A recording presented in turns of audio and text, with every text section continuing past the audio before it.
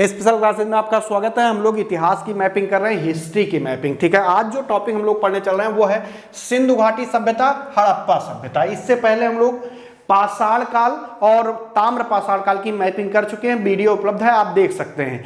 केवल मैपिंग ही हड़प्पा सभ्यता की नहीं करेंगे, बल्कि इसकी सभ्यता के बारे में जानेंगे, इसकी नगरीय व्यवस्था के बारे में जानेंगे, इसकी खोज के बारे में जानेंगे, इसके स्थलों की हम लोग मैपिंग करेंगे, उसके बारे में पढ़ेंगे, जानकारी डिटेल में लेंगे। ठीक है, इसका पतन कैसे हुआ, उस समय स्त्रियों की दशा क्या थी, धार्मिक कर्मकांड कैसे था, पूजा किसकी किसकी होती थी, सभी जानकारी लेंगे। तो शुरू करते हैं हम लोग हड़प्पा सभ्यता यानी सिंधु घाटी सभ्यता।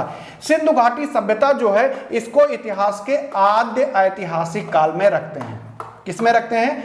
आद्य ऐतिहासिक काल के अंतर्गत रखा जाता है। आद्य ऐतिहासिक काल वो काल होता है जिसमें लिखित साक्ष्य उपलब्ध होते हैं लेकिन पढ़े नहीं जा सके होते हैं। यानी आद्य ऐतिहासिक काल वो है, लिखित साक्ष्य तो उपलब्ध हैं लेकिन पढ़े नहीं जा सके हैं, वो आद्य ऐतिहासिक काल है। ऐसे ही काल में हड़प्पा सभ्यता यानी हड़प्पा सभ्यता के लिखित साक्ष्य उपलब्ध है लेकिन पढ़े नहीं जा सके।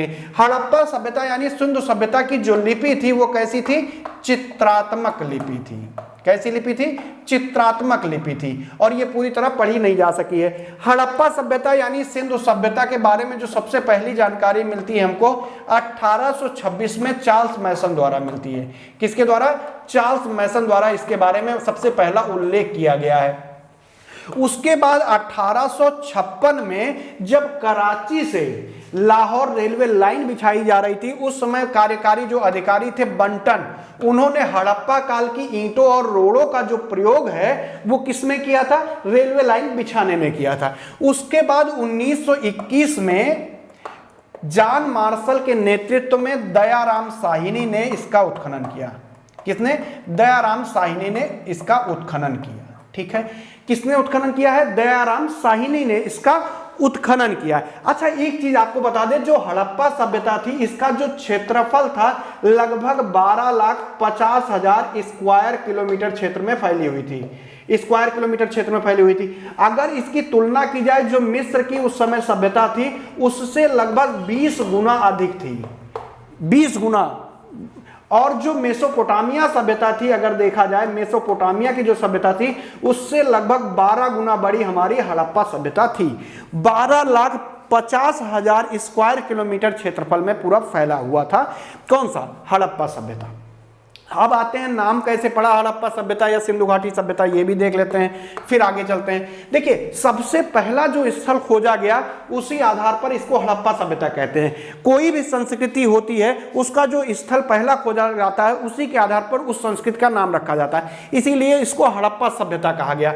हड़प्पा सभ्यता की खोज के बाद बहुत सारे स्थल सिंधु घाटी नदी के आसपास खोजे गए, इसलिए इसको सिंधु घाटी सभ्यता के नाम से भी जाना गया। लेकिन यह भी पूरी तरह सही नहीं है। अगर आप देखेंगे हड़प्पा सभ्यता पहला स्थल खोजा गया, ठीक है, लेकिन अगर आप देखेंगे जो स्थल खोजे गए हैं इनकी संख्या लगभग 1500 है, भारत और पाकिस्तान में मिला के।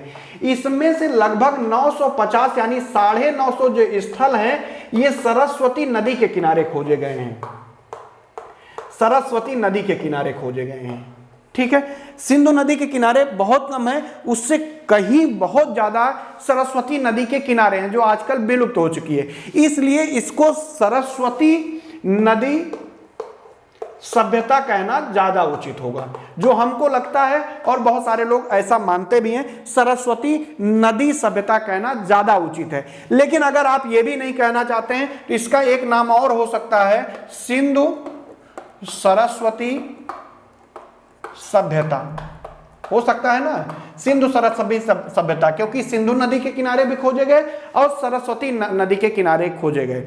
ठीक है, इस काल में कांसे का पहली बार प्रयोग हुआ। कांसे का, तांबे में टिन मिलाकर कांसे का ये लोग प्रयोग करते थे, इसलिए इसको कांस्य युगीन सभ्यता के नाम से भी जाना जाता है। कांस्य युगीन सभ्यता भी कहते हैं हड़प्पा सभ्यता को, तो कंफ्यूज मत होइएगा। तो कांस्य युगीन सभ्यता या सरस्वती नदी सभ्यता या सिंधु सरस्वती सभ्यता ये भी कह सकते हैं। और प्रथम नगरीय क्रांति के नाम से भी जानते हैं, प्रथम नगरीय क्रांति के नाम से भी इसको जान सकते हैं, क्योंकि नगरीय व्यवस्था जो है सबसे पहले यही देखने को मिलती है। ठीक, इसलिए इनको विभिन्न नामों से जाना गया, जिसमें हड़प्पा सभ्यता हो गया, सिंधु सभ्यता हो गया, सिंधु सरस्वती सभ्यता हो गया, सरस्वती नदी सभ्यता हो गया, कांस्ययुगीन सभ्यता हो गया और प्रथम नगरीय क्रांति के नाम से भी जानते हैं। अब बात आती है इनके काल निर्धारण की और आते हैं काल निर्धारण पे। जो इनका काल निर्धारण है सिंधु घाटी सभ्यता यानी जो हड़प्पा सभ्यता, इसका जो काल निर्धारण है वो सबसे पहले हम देखेंगे रेडियो कार्बन विधि के आधार पर। रेडियो कार्बन विधि के आधार पर, रेडियो कार्बन विधि के आधार पर जो इसका विभाजन किया गया है वो 3500 ईसा पूर्व से लेकर 1300 ईसा पूर्व किया गया। यही सर्वमान्य है, ये आपको ध्यान रखना है। लेकिन ये जो रेडियो कार्बन विधि है ये 3 भागों में विभाजित कर देती है पूरी हड़प्पा सभ्यता को। उसमें जो पहला आता है वो है पूर्व हड़प्पाई चरण। क्या है पहला उसमें? पूर्व हड़प्पाई चरण। ये जो काल रहा है पूर्व हड़प्पाई चरण जो काल रहा है ये 3500 ईसा पूर्व से 2000 ईसा पूर्व तक रहा है। 3500 से लेकर 2000 ईसा पूर्व तक ये 2600 ईसा पूर्व, 3500 से 2600 ईसा पूर्व तक ये रहा है। 3500 से 2600 ईसा पूर्व रहा है। ठीक है, रेडियो कार्बन विधि के आधार पर जो हड़प्पा सभ्यता का काल निर्धारण किया गया वो 3500 ईसा पूर्व से 1300 ईसा पूर्व किया गया। उसमें जो पहला काल विभाजन किया गया पूर्व हड़प्पाई चरण वो 3500 से लेकर 2600 ईसा पूर्व तक रहा। उसके बाद दूसरा जो इन्होंने दिया वो दिया परिपक्व हड़प्पाई चरण। हड़प्पाई चरण, परिपक्व हड़प्पाई चरण, ये जो काल रहा ये 2600 ईसा पूर्व से लेकर 1900 ईसा पूर्व तक रहा। उसके बाद जो तीसरा काल इन्होंने डिवाइड किया वो था उत्तर हड़प्पा, उत्तर हड़प्पाई चरण। इसका जो विभाजन हुआ वो 1900 से 1900 से 1300 ईसा पूर्व। यह विभाजन रहा रेडियो कार्बन विधि के आधार पर, जिसमें 3 भागों में विभाजित किया गया। पूर्व हड़प्पाई चरण 3500 से 2600, उसके बाद परिपक्व हड़प्पाई चरण। पूर्व हड़प्पाई चरण मतलब हड़प्पा जब विकसित हो रही होगी, परिपक्व मतलब हो गया जब वो अपने फ्लो में होगी, और तीसरा उत्तर हड़प्पाई चरण हो गया जब उसका विनाश हो रहा होगा। लेकिन विनाश भी इतना लंबा नहीं चलेगा, लगभग 700 साल चलेगा, ऐसा नहीं है। लेकिन जो रेडियो कार्बन विधि के आधार पर विभाजित किया गया है यही सर्वमान्य है। कितना? 3500 से 1300 ईसा पूर्व। उसके बाद 3 भागों में इसको विभाजित कर दिया गया, जिसमें है पहला पूर्व हड़प्पाई चरण, उसके बाद है परिपक्व हड़प्पाई चरण, उसके बाद जो अगला आपको देखने को मिल रहा है वो है कौन सा चरण है? उत्तर हड़प्पाई चरण 1900 से 1300 ईसा पूर्व है। इसके बाद भी कुछ जो इतिहासकार हैं उन्होंने अपना विभाजन किया है, जैसे 2500 से 1500 ईसा पूर्व विभाजन किया है। किसने किया है? मार्टिमर व्हीलर ने किया है। किसने किया इसको? Wheeler, Mortimer wheeler. अगर आप ट्रेन में कभी सफर करते हो तो व्हीलर बुक शॉप भी आपको देखने को मिल जाती है, वही व्हीलर है। 2500 से 1500 ईसा पूर्व विभाजित किया है। उसके बाद 2350 से अगला विभाजन दूसरे इतिहासकार का बता रहे हैं कि 2350 से 1750 विभाजन किया है डीपी अग्रवाल ने। डीपी अग्रवाल ने विभाजित किया है। हालांकि जो व्हीलर का है वो सबसे सटीक है, सबसे सटीक व्हीलर का ही माना जाता है। ठीक है, उसके बाद जॉन मार्शल ने जो विभाजन किया है वो 3250 से 2750 ईसा पूर्व विभाजित करते हैं। किसने? जॉन मार्शल ने। ये 3 हैं जो बहुत महत्वपूर्ण है, तीनों पूछे जाते हैं। जॉन मार्शल ने कब किया है? 3250 से 2750 विभाजन किया है। ठीक है, 3250 से 2750 ईसा पूर्व जॉन मार्शल ने किया है। डीपी अग्रवाल ने किया है 2350 से 1750, और उसके पहले व्हीलर ने किया है 2500 ईसा पूर्व से 1500 ईसा पूर्व विभाजित किया है। ठीक है, ये आपको ध्यान रखना है। जो सिंधु घाटी सभ्यता के निर्माता थे वो भूमध्य सागरीय यानी मेडिटेरियन थे, मेडिटेरियन लोग थे, यानी भूमध्य सागरीय, भूमध्य सागरीय लोग थे। निर्माता कौन थे पूछा जाता है तो भूमध्य सागरीय लोग थे। कहीं कहीं प्रोटो ऑस्ट्रेलॉइड भी मिलता है, लेकिन जो एग्जैक्ट है वो यही माना जाता है कि भूमध्य सागरीय यानी मेडिटेरियन लोग थे, मेडिटेरियन लोग थे जिन्होंने क्या किया, हड़प्पा सभ्यता को बसाया था। हड़प्पा सभ्यता के क्या थे, जिन्होंने बसाया। अब आगे देखते हैं, एक एक पॉइंट समझते चलते हैं। देखिए अगला पॉइंट है निर्माता कौन थे। तो यहां पे आपको बताना है निर्माता कौन थे, भूमध्य सागरीय लोग थे। भूमध्य सागरीय लोगों ने क्या किया, हड़प्पा सभ्यता को बसाया था, ये कहा जाता है। लेकिन तमाम वैज्ञानिकों का अलग अलग मत है। जैसे आर्य बताया था लक्ष्मण स्वरूप ने बताया कि जो सिंधु घाटी सभ्यता यानी हड़प्पा सभ्यता के निर्माता थे वो क्या थे, आर्य थे। किसने बताया, लक्ष्मण स्वरूप ने बताया था कि आर्य जो थे सिंधु घाटी सभ्यता के निर्माता थे। सुमेरियन बताया था गार्डन चाइल्ड ने, सुमेरियन थे, सुमेरियन लोग थे, किसने बताया था, गार्डन चाइल्ड ने।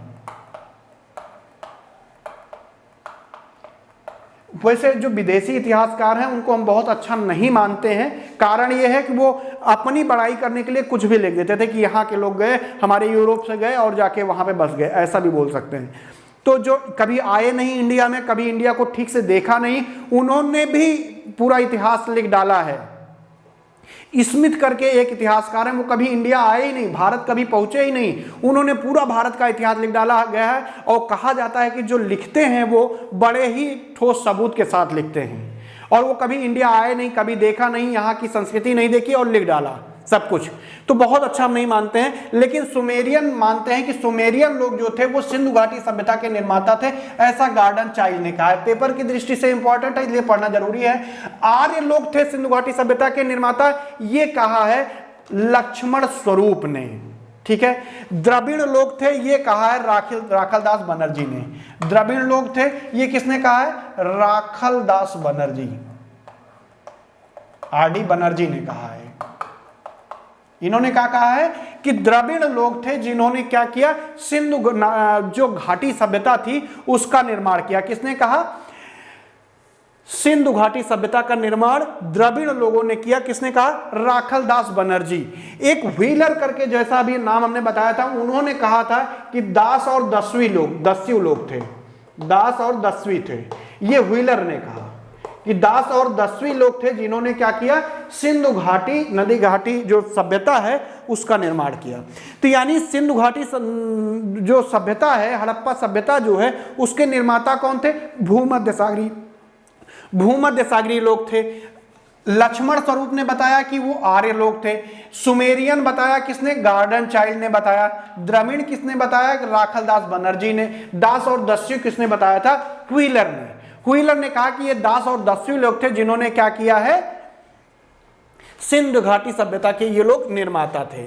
ठीक है, अगले पॉइंट की तरफ आगे बढ़ते हैं। अगला पॉइंट है सिंधु सभ्यता का विस्तार। यहां पे एक चीज और हम लोग देख देते हैं, जो सिंधु घाटी सभ्यता है, हड़प्पा सभ्यता है, उसके जो निर्माता थे, कुछ लोग मानते हैं कि जो निर्माता थे सिंधु घाटी सभ्यता के वो विदेशी थे। जो विदेशी मानते हैं उनमें जो इतिहासकार हैं उनका नाम हमको देखना है। कुछ लोग स्वदेशी मानते थे, उनका भी नाम देखना है। तो सबसे पहले जो विदेशी मानने वालों में नाम आता है वो आता है व्हीलर। व्हीलर मानता है कि जो सिंधु घाटी सभ्यता के निर्माता यानी हड़प्पा सभ्यता के निर्माता थे वो क्या थे, विदेशी लोग थे। गार्डन जो चाइल्ड है वो भी मानते हैं कि विदेशी लोग थे। कौन थे, गार्डन चाइल्ड। ये सब बड़े इतिहासकार हैं, लेकिन ये तो यही बताएंगे कि विदेशी लोग थे। ठीक, गार्डन चाइल्ड ने भी बताया है। ठीक है, उसके बाद एक और है, उनका नाम है डीडी कौशाम्बी। डीडी कौशाम्बी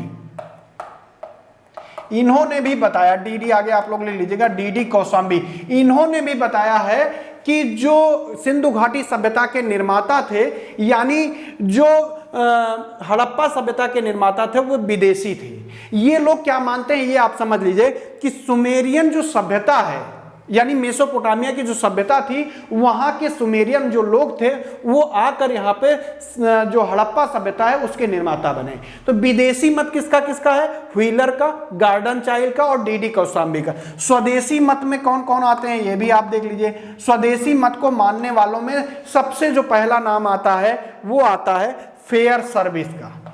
किसका? फेयर सर्विस का। अमलानंद घोष स्वदेशी उद्भव मानते हैं सिंधु घाटी सभ्यता के निर्माता का। किसने? कौन? अमलानंद घोष। अमलानंद घोष ये मानते हैं कि स्वदेशी लोग थे जिन्होंने सिंधु घाटी सभ्यता यानी नगरीय जो सभ्यता थी हमारे यहाँ की पहली, उसकी क्या के निर्माता थे। यस आर राव हैं, यस आर राव हैं, ये भी मानते हैं कि सिंधु घाटी के जो सभ्यता है उसके जो निर्माता थे वो कौन थे? स्वदेशी लोग थे। ठीक है। डीपी अग्रवाल, जो डीपी अग्रवाल हैं ये भी मानते हैं, डीपी अग्रवाल, ठीक, ये भी मानते हैं कि सिंधु घाटी सभ्यता के जो निर्माता थे वो स्वदेशी थे।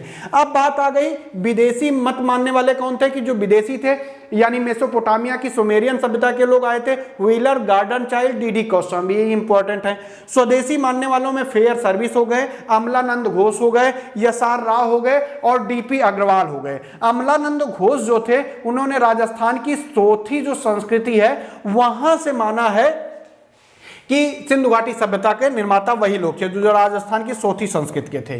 ठीक है। अब आगे चलते हैं, हम लोग इसका विस्तार देखते हैं। हमने आपको विस्तार में सबसे पहले विस्तार बता दिया था कि लगभग 1500 बस्तियों की अब तक खोज की जा चुकी है। कितनी?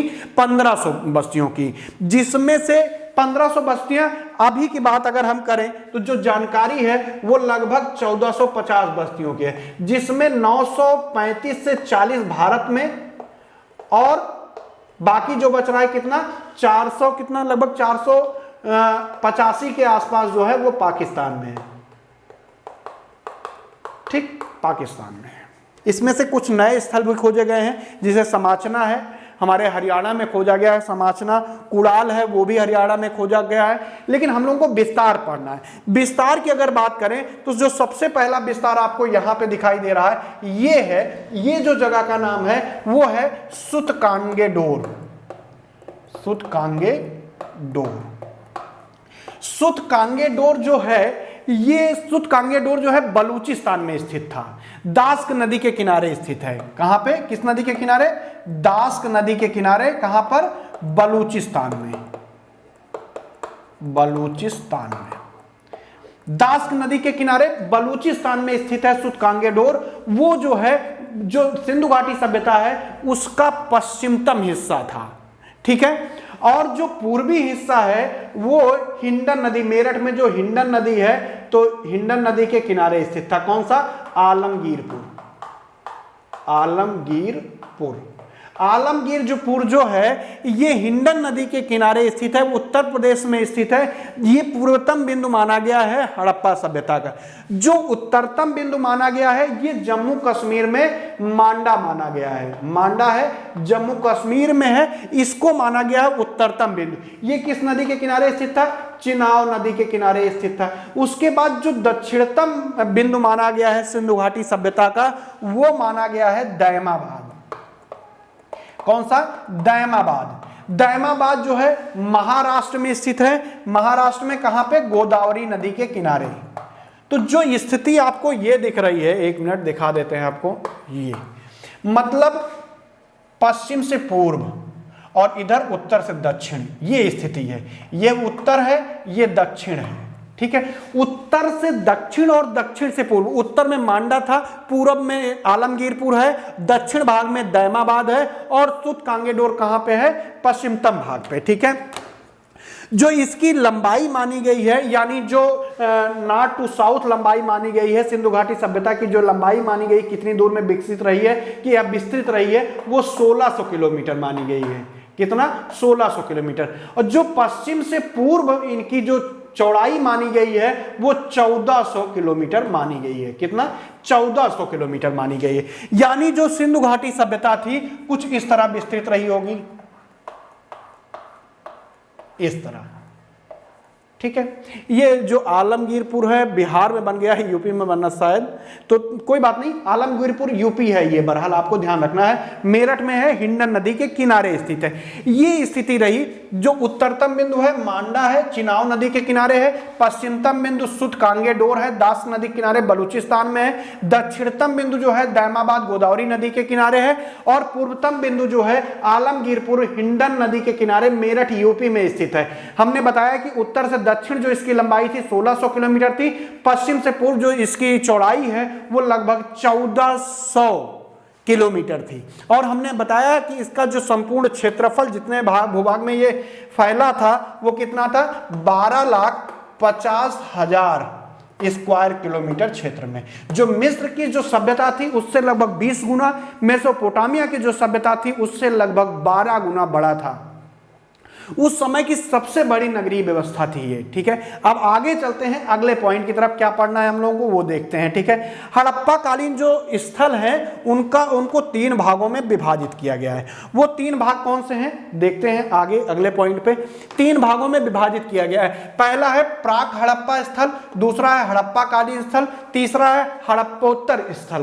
प्राक हड़प्पा स्थल का मतलब हुआ जो हड़प्पा सभ्यता से पूर्व स्थित है। जैसे घुंडी घाट हमने आपको बताया था जब हम ताम्रपाषाण काल बढ़ाते हैं, घुंडी घाट जो पाकिस्तान में है वो हो गया, नाल हो गया, इस तरह बहुत सारे स्थल आपको बताए थे जो कि कहां स्थित है, अंजीरा हो गया, ये सब क्या थे, प्राक हड़प्पा स्थल हैं। उसके बाद हड़प्पा स्थल हम लोग पढ़ेंगे ही, इसमें हड़प्पा आएगा, मोहनजोदड़ो, लोथल, बालाथल, ये सब हम लोग पढ़ेंगे।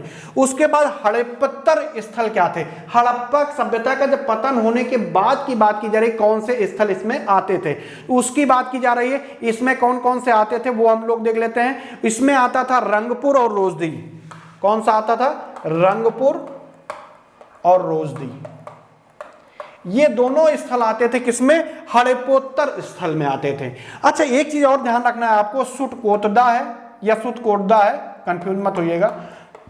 सुटकोतदा है, सुटकोतदा के बाद धौलावीरा है, राखीगढ़ी है। धौलावीरा, राखीगढ़ी, धौलावीरा हो गया, राखीगढ़ी हो गई, सुटकोतदा हो गया, और एक बचा कौन सा? मांडा।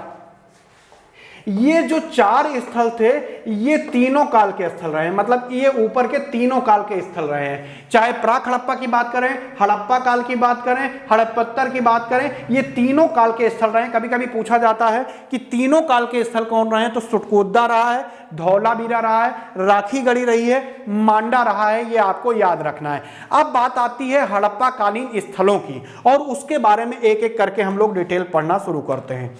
हड़प्पा कालीन स्थल देखते हैं पहले, सबसे पहले। ठीक है, उसमें सबसे पहला जो स्थल है वो है हड़प्पा। ठीक है, कौन सा सबसे पहला स्थल हम लोग पढ़ने चल रहे हैं? हड़प्पा।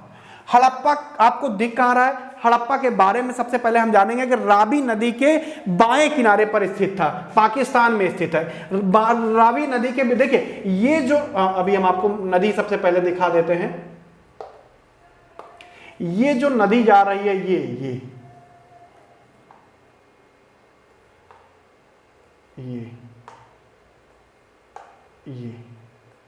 ठीक है, ये जो नदी आपको दिख रही है ये सिंध नदी है।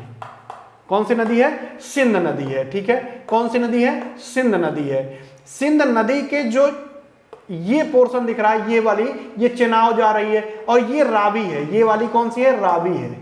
ये वाली चिनाव है। ठीक, ये झेलम है। ठीक, ये सतलज है। तो रावी जो नदी है इसके बाएं हाथ पे ये देखिए, ये हड़प्पा स्थित है।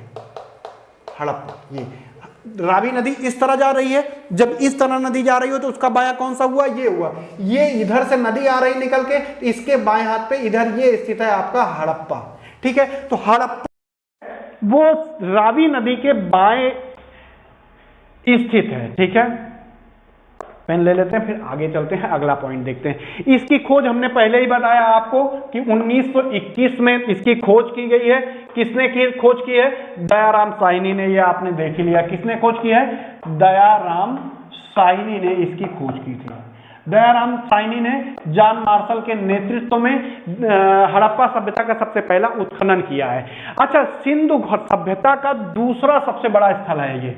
सिंधु सभ्यता का दूसरा सबसे बड़ा स्थल है, ये आपको ध्यान रखना।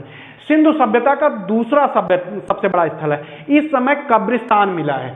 कब्रिस्तान में कुछ समाधियां मिली हैं। एक यक्ष समाधि मिली है, एक R37 समाधि मिली है। जो यक्ष समाधि है, इसका मतलब था कि लोगों को ताबूत में रख कर दफनाया जाता था। ये यक्ष समाधि तब मिली है, मतलब हड़प्पा जब उच्च काल में नहीं रही होगी, यानी हड़प्पा की शुरुआत हुई थी उस समय। लेकिन जो R37 समाधि मिली है, ये हड़प्पा काल की मिली है, जब हड़प्पा अपने चरमोत्कर्ष पर रही होगी। तो R37 समाधि, दो समाधियां मिली हैं दक्षिण दिशा में, हड़प्पा के दक्षिण दिशा में। अभी आपको डिटेल में दिखाएंगे। हड़प्पा के दक्षिण दिशा में दो समाधियां मिली हैं, एक यक्ष टाइप की मिली है, एक R37 टाइप की मिली है। इसको नाम R37 समाधि दी गई है, ये आपको ध्यान रखना है। ठीक है, एक 12 कक्षों वाला अन्नागार मिला है। 12 कक्षों वाला अन्नागार मिला है। क्या मिला है? अन्नागार मिला है। कितने कक्ष हैं उसमें? 12 कक्षों वाला अन्नागार मिला है, जिसका जो क्षेत्रफल है वो 2745 स्क्वायर किलोमीटर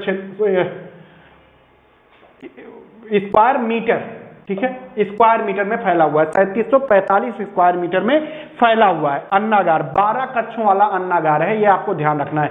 कितने क्षेत्रफल में फैला हुआ है? 2745 स्क्वायर मीटर क्षेत्रफल में फैला हुआ है। ठीक है, यहां से शंख का बना बैल मिला है। अच्छा, दो चीजें, ये चीजें आप क्लियर कर लीजिए, फिर आगे हम बताते हैं आपको। सबसे बड़ा, पहली बात कि दूसरा सबसे बड़ा स्थल है ये। यहाँ पे एक यक्ष समाधि मिली है, जो हड़प्पा सभ्यता के शुरुआती काल को दर्शाती है। ताबूत में लोगों को दफनाया जाता था। एक समाधि इसके दक्षिण दिशा में मिली, जो R37 है, ये उच्च हड़प्पा काल की है। उसके बाद 12 कक्षों वाला एक अन्नागार मिला है, जिसका क्षेत्रफल 2745 स्क्वायर मीटर है, ये आपको ध्यान रखना है। ठीक है, अब आगे समझते हैं एक एक करके इसी के पॉइंट। ठीक है, शंख से बना बैल मिला है। यहाँ पे शंख से बना बैल मिला है हड़प्पा सभ्यता से। क्या मिला है? शंख से बना यहाँ पे एक बैल मिला है, जो शंख से बना बैल है। ठीक है, स्त्री की योनि से निकलता हुआ पौधा दिखाया गया है, या आप कह सकते हैं स्त्री के गर्भ से निकलता पौधा दिखाया गया है। स्त्री के गर्भ से निकलता पौधा दिखाया गया है, पौधा जिसको उर्वरता की देवी माना गया है। उर्वरता की देवी माना गया है। ठीक है, स्त्री के गर्भ से क्या निकलता हुआ दिखाया गया है? पौधा दिखाया गया है। ठीक है, इसको क्या माना जाता है? उर्वरता की देवी माना गया है। ठीक है, ईंटों का बना चबूतरा यहां से मिला है। ईंटों का बना चबूतरा मिला है। क्या मिला है? ईंटों का बना चबूतरा यहां से मिला है, ये आपको ध्यान रखना है। गेहूं और जौ के साक्ष्य मिले हैं। यहां से गेहूं का साक्ष्य मिला है और यहां से जौ के साक्ष्य मिले हैं। गेहूं और जौ के साक्ष्य मिले हैं। तो यहां से शंख का बना बैल मिला है, स्त्री के गर्भ से निकलता हुआ पौधा मिला है, ईंटों का बना चबूतरा मिला है, गेहूं तथा जौ के अवशेष मिले हैं। ये स्थिति रही है मोहनजोदड़ो की। मैंने बताया कि यहां से एक अन्नागार भी मिला है, तो यहां पे अन्नागार भी आप लिख सकते हैं, जो कि 2745 वर्ग मीटर में फैला हुआ था। ठीक है, यहां से एक चीज और मिली है, यक्ष और R37 नामक दो समाधियां इसके दक्षिण में मिली हैं। तो इतनी चीजें मिली हैं हड़प्पा सभ्यता से। अब हम लोग आते हैं मोहनजोदड़ो की तरफ। मोहनजोदड़ो की तरफ चलते हैं। मोहनजोदड़ो, ठीक है, मोहनजोदड़ो के बारे में देखते हैं। इसका जो अर्थ होता है, मृतकों का टीला होता है। मृतकों का टीला, टीला मोहनजोदड़ो का अर्थ ही होता है मृतकों का टीला। ये सिंध प्रांत के ललकारना डिस्ट्रिक्ट में स्थित है। सिंध प्रांत के ललकारना डिस्ट्रिक्ट में स्थित है, सिंधु नदी के तट पर स्थित है। देखिए, ये सिंधु नदी आ रही है, ये सिंधु नदी आ रही है, ये मोहनजोदड़ो है। ये कहां पे स्थित है? सिंध प्रांत के ललकारना, सिंध प्रांत के ललकारना डिस्ट्रिक्ट में, ललकारना डिस्ट्रिक्ट में। सिंध पाकिस्तान में है ये। कहां पे?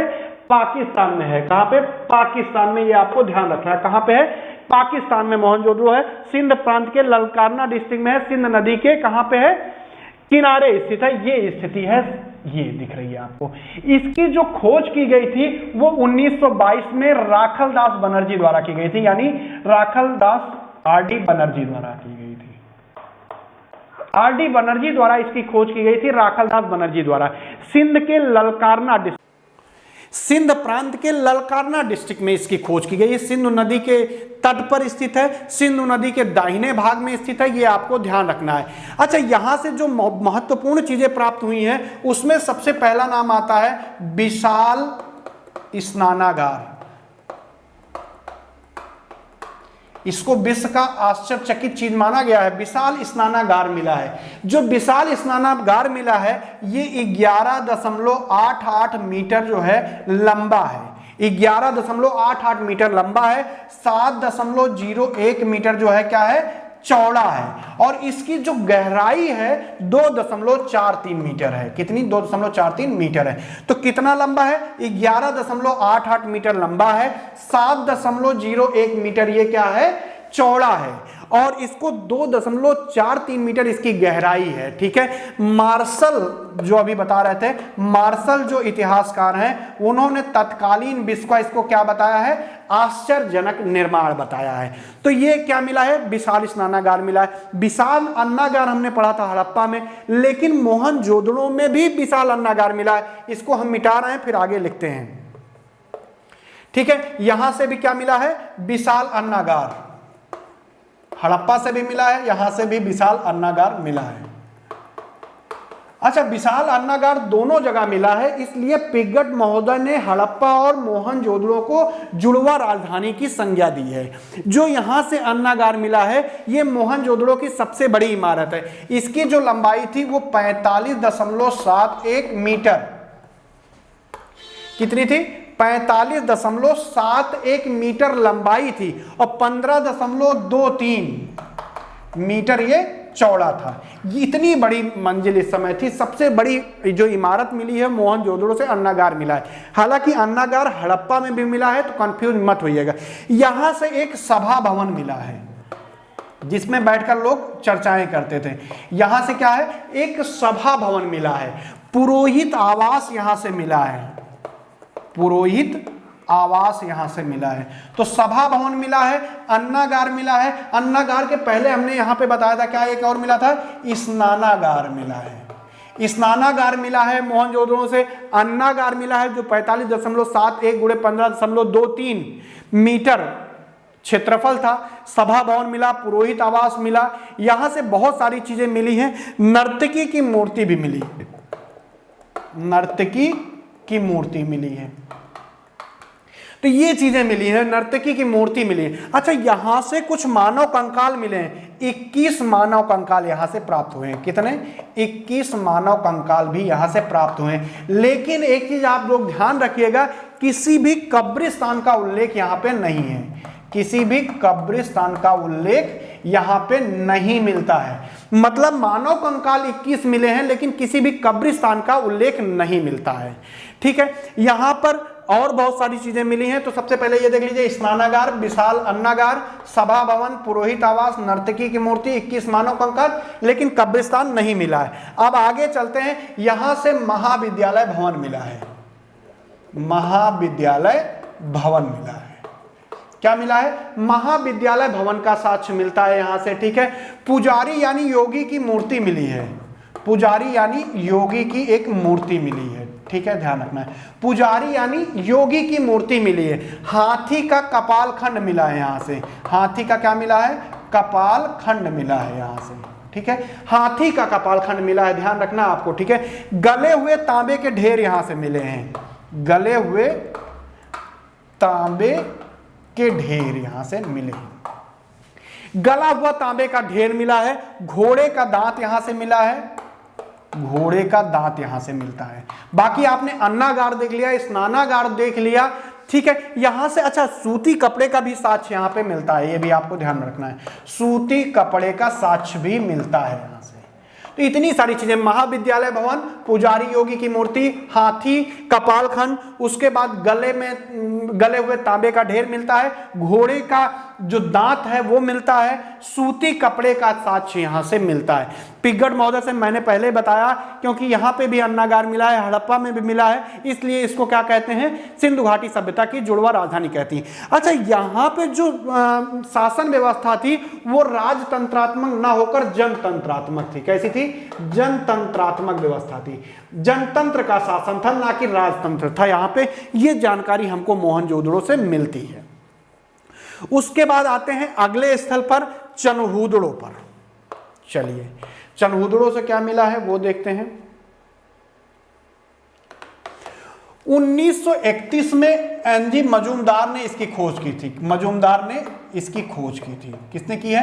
एनजी मजूमदार ने इसकी खोज की। एनजी मजूमदार ने इसकी खोज की है। सिंधु नदी के बाएं तट पर स्थित है। आप देखेंगे ये सिंधु नदी आ रही है, इसके बाएं तट पे हम लोगों को ले जाना है इसको। तो देखिए ये सिंधु नदी के बाएं, ये सिंधु नदी आ रही है, ठीक है। यहां पे चनहूदड़ो ये स्थित है। चनहूदड़ो ये बड़ा सा, ये क्या है? चनहूदड़ो कहां पर स्थित है? सिंधु नदी के बाएं तट पर स्थित है। यह आपको याद रखना है, सिंधु नदी के बाएं तट पर चनहूदड़ो स्थित था, ठीक है।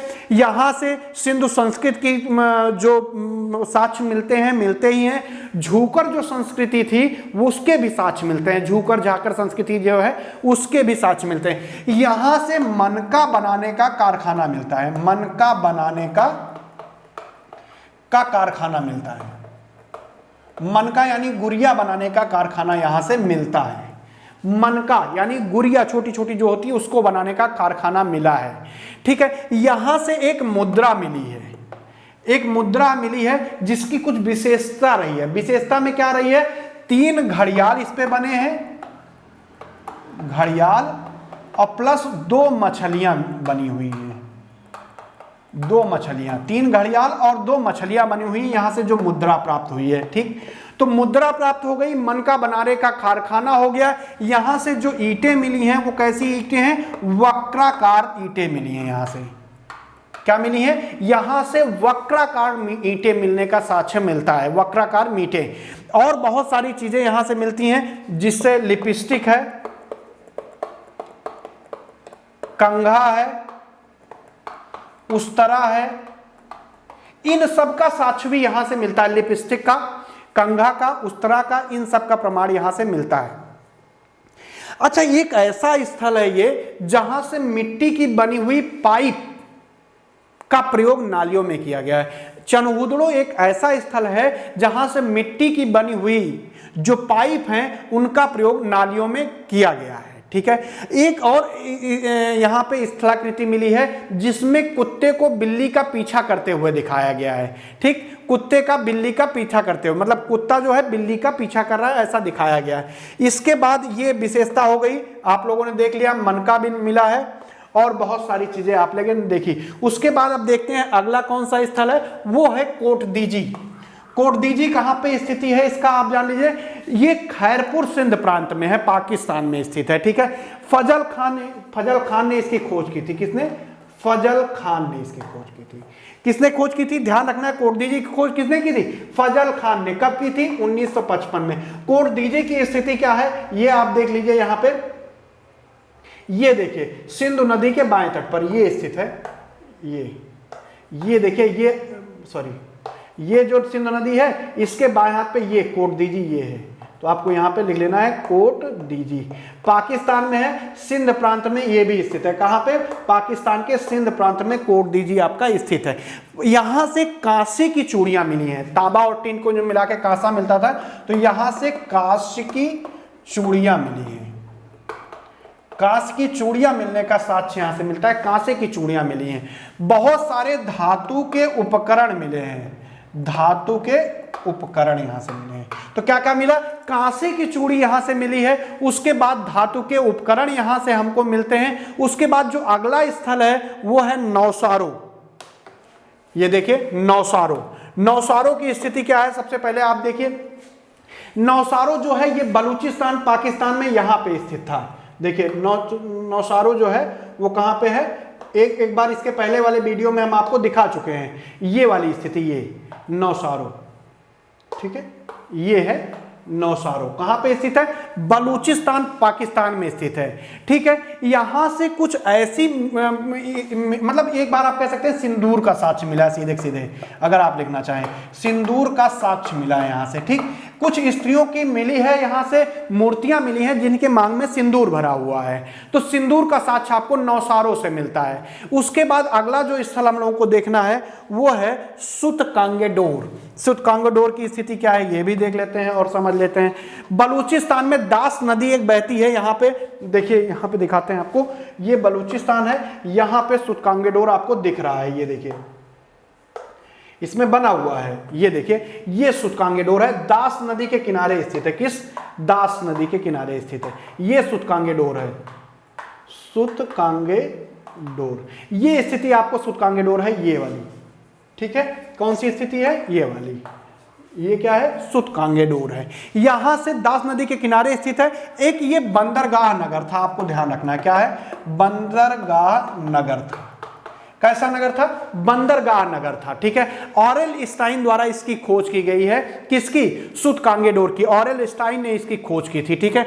अगला जो स्थल मिलता है वो हम लोगों को देखने को मिलता है, कौन सा है? लिबोन पाकिस्तान। लिबोन पाकिस्तान में है, औजार बनाने का यहां से कारखाना मिला है। लिबोन शायद इसमें लिखा है कि नहीं लिखा है, तो अगर नहीं लिखा है उसे लिखा होना चाहिए। लिबोन पाकिस्तान कहीं ना कहीं छोटा सा लिखा होगा, ये मैप डाल दूंगा, आप लोग देख लीजिएगा। लिबोन, ये देखिए, ये यहाँ पे ये है लिबोन। लिबोन, यहां से क्या मिला है? सबसे महत्वपूर्ण जो चीज मिला है, औजार बनाने का कारखाना। औजार बनाने का कारखाना मिला है, ठीक। औजार बनाने का कारखाना कहां से मिला है? लिबोन पाकिस्तान से। लिबोन पाकिस्तान के बाद जो अगला स्थल हम लोगों को देखने को मिल रहा है वो सोतकाको मिल रहा है। सोतकाको कहां पे है? पाकिस्तान में स्थित है सोतकाको, ठीक है। किस नदी के किनारे स्थित था? तो सादी कौर नदी है, सादी कौर नदी, सादी कौर नदी के किनारे। शादी करने वाला और कौर, जैसे वो कौर लोग होते हैं, तो सादी कौर नदी के किनारे स्थित है। ये भी एक बंदरगाह नगर था। ये जो है, ये अगर आप देखेंगे तो बालाकोट के पश्चिम में, इधर साइड में, ये यहां पर स्थित है सोतकाको, ठीक है। ये भी आपको लिखना है। उसके बाद अगला जो हम लोगों को देखना है स्थल वो है रहमान ढेरी। रहमान ढेरी पाकिस्तान, देखिए आता है, कौन सा आता है? रहमान ढेरी पाकिस्तान है। रहमान ढेरी जो पाकिस्तान है, ये पाकिस्तान में स्थित है। रहमान ढेरी यहां पे स्थित है। रहमान ढेरी, ये सॉरी ये गलत बना दिए, जो सिंध नदी के बाएं तट के पास ही स्थित है। ये देखिए यहाँ पे, सिंध नदी के यहाँ पे, जहां पे गंगेरी वाला है वहीं पर ये स्थित है, ठीक है। तो रहमान ढेरी पाकिस्तान का है। यहां से क्या मिलता है? सुरक्षा प्राचीर यहां से मिलती है। सुरक्षा प्राचीर क्या देखने को मिलती है? यहाँ पे सुरक्षा प्राचीर का यहां से साक्ष्य मिलता है। तांबे और कांस्य के यहां से औजार मिलते हैं, ठीक है। एक और अगला स्थल आपको देखने को मिलेगा वो है सूरतगुई अफगानिस्तान। ये अफगानिस्तान में है, मतलब यहां पे आप बना सकते हैं, यहां पे ये सूरतगुई अफगानिस्तान है। यहां से क्या मिला है आपको समझना होगा थोड़ा सा, ज्यादा कुछ इसमें नहीं है। सिंधु घाटी सभ्यता के मिट्टी के बर्तन मिले हैं, और यहां से हमने आपको पहले भी पढ़ाया है, तो चित्रित मृदभांड मिले हैं। चित्रित मृदभांड का साक्ष्य यहां से मिलता है, सूरतगुई पाकिस्तान। उसके बाद अगला जाते हैं तो बालाकोट पाकिस्तान, बालाकोट, ठीक है। बालाकोट कहां पे है? ये देखिए यहां पे बालाकोट आपको दिख जाएगा, ये वाला, ये बालाकोट है।